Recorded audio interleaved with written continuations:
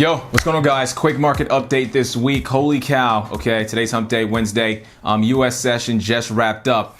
You guys have seen what this dollar has done over the past few days, and it is literally the most volatility we've seen on the dollar in, I guess, the past 4 months or so. Okay, I said this on our Sunday market breakdown about what we thought the dollar was going to do. Let's roll the tape real quick. Do I expect that we're going to get some dollar strength? I do, but I'm not expecting dollar strength Monday, Tuesday. I'm hoping to see some dollar strength in the later part of the week. If we get dollar strength early on, then we'll be able to play that over on the euro. We'll take a break sell side. So that inflationary story was told on Thursday, Friday, and we thought that we would have a continuation. We even had a gap on the Sunday overnight. And so far, folks, dollar is just broken outside of this massive consolidation that I have been talking about for literally the past, I guess, 9 or so weeks. That's how long the markets have been consolidated in this range on the dollar index. Here's a quick picture here. You guys can see that markets have been so tight, and relative to past structures, we haven't seen the dollar this tight in terms of a consolidation in a really long time. And the way markets function, when ranges this tight start to exist, you have very explosive moves out of them, okay? So we still see some upside potential on the dollar. I think on the dollar index, we could see this thing go to the 93s. On the euro, here's a quick screenshot of the euro on a weekly. You guys can see that the $20s is a place that we could easily run to. Let's see what we get. Okay, let's see what we get. We were expecting this volatility not to come until Wednesday.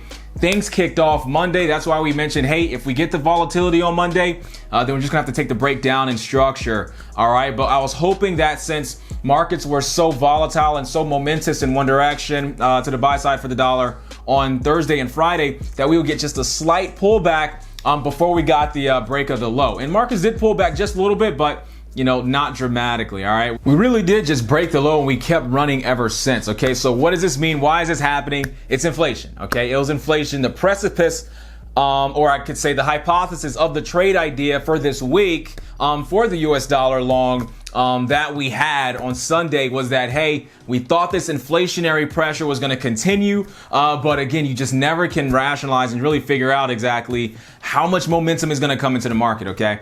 And so we got a lot of it, all right? We got a lot of it. How much longer is this going to happen? Well, again, as yields keep rising, right now we're hitting off on 3% yields in the US Treasuries.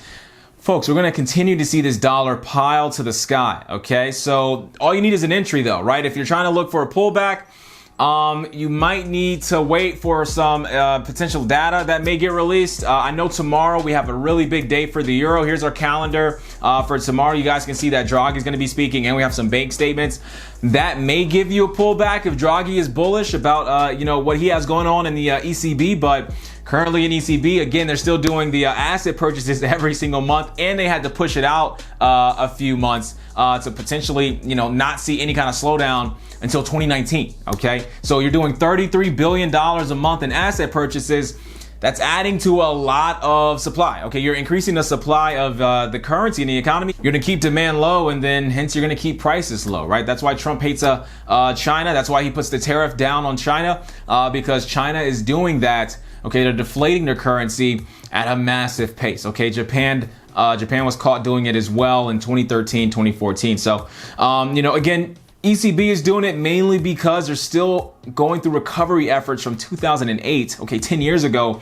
While you have the US dollar at market cycle highs, you're still having them print cash over here on this end and not getting inflation. The global economy is a wreck, okay? There's a lot of strange things happening. Finally, you're getting the bond market here in the US, reflecting, all the different GDP increases we're seeing and some of the PPI numbers that we're seeing as well. So that's new and that's good, but we still need CPI to increase for the US side, okay? So let's see the CPI numbers that are gonna be coming out next month, okay? I guess we have about 2 or 3 weeks to see the numbers there. And obviously, if you guys got any questions or if you guys are looking for anything fundamentally, let me know. The Aussie had a massive spill, and the NZD also had a massive spill, okay? So Aussie not doing well across the board. You guys can see that there's a lot of Aussie weakness, and Aussie numbers came out earlier this week and they were also negative. So if you want to look for a situation where you have Australia performing badly and the US performing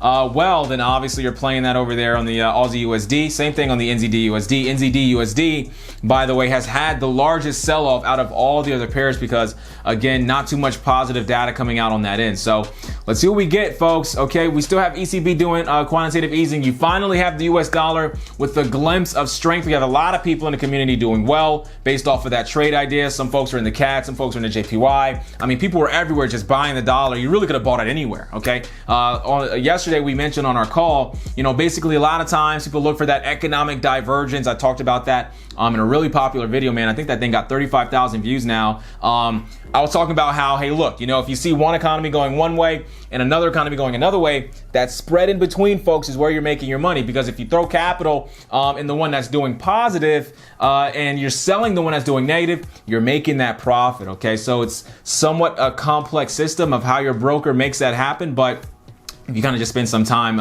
seeing and kind of doing some research on, how they're actually, when you're buying the Euro USD, you're actually buying, let's say you're buying the Euro USD, which means you're buying the dollar. Well, first you're buying euros and then you're selling those euros to buy US dollars. So that way you're actually making the profit. So it's pretty interesting. But folks, that's about it. If you guys got any questions, let me know. Head over into the community. If you guys want to join us, it's below in the description. And I'm going to be on tomorrow, okay, to kind of give a quick recap of what happens in the ECB. I think that news comes out at around 4 o'clock in the AM or the PM. I'll put it down right there so you guys can see it. Nevertheless, afterwards, I'm going to be here, okay? Your profit always my motive, folks. See you guys tomorrow. Peace.